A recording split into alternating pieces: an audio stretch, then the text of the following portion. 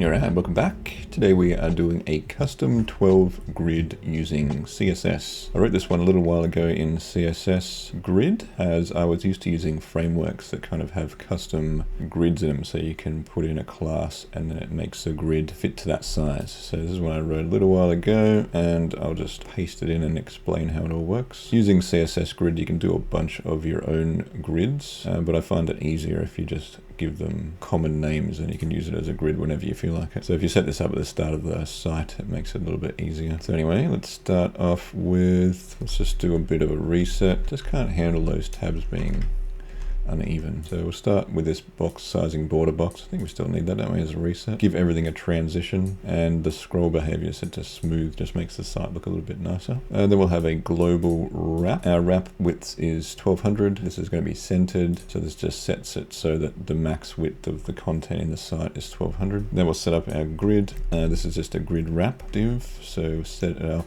just .grid to be display grid, and then we're going to use a grid template and a repeater. So we're going to have a 12 column grid, and then it just repeats that 12 times. So anything we put in within this will split it into 12 unless we tell it how much to span, and then just set up the column gap and the row gap. We'll do the CSS first. It's not going to show anything yet over here. And now we will set up just a basic one just for margin bottom 10. I like to put in margin bottom 10 pixels. It's kind of a bit like, it's a little bit like Tailwind, how they put in all of the names in there, but it's not as bad. So MB-10 pixels, class equals margin bottom 10 pixels. Easier to remember, as long as you don't change it. Let's get on to the grid separation. We have all of these set up here as W1, so that's width 1 to 12. So we can set our items in here to span various columns. So if we wanted one that's width 10, you just put a width 10. It'll go 10 out of 12, or a full width would be W12.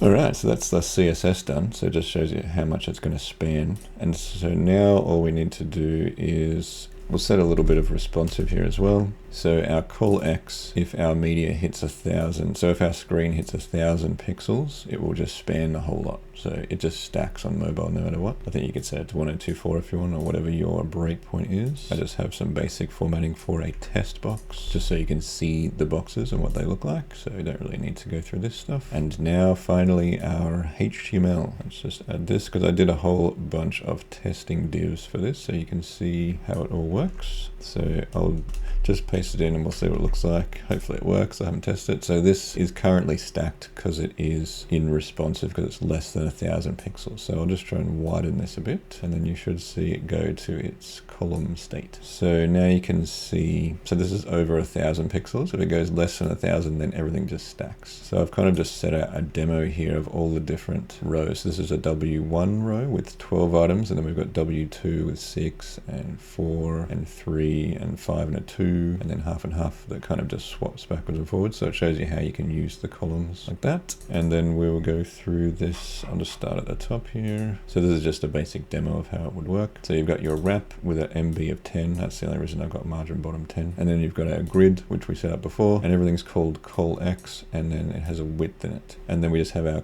content in the div. That's pretty much it, really. Then you can just use this however you want on your layout. That is how, yeah, I kind of set it out with CSS Grid and columns, and it is responsive, so that when you do go on a mobile, you can still see everything. Everything just stacks. There's no complicated stacking, but everything's viewable. That's about it, I think, for this video. So hopefully this helps you out. It's just my random CSS grid, custom grid. Thanks for watching. Like and subscribe, and I'll see you in the next video.